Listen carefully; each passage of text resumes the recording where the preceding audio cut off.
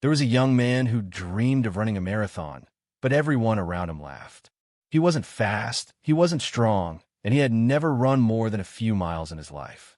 For months, he told himself he would start training tomorrow, but tomorrow never came. Until one morning, after hearing yet another person say he couldn't do it, something inside him snapped. He put on his worn-out sneakers and started running.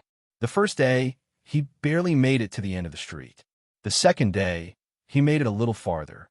And day after day, he pushed himself, not in huge leaps, but in small, consistent steps.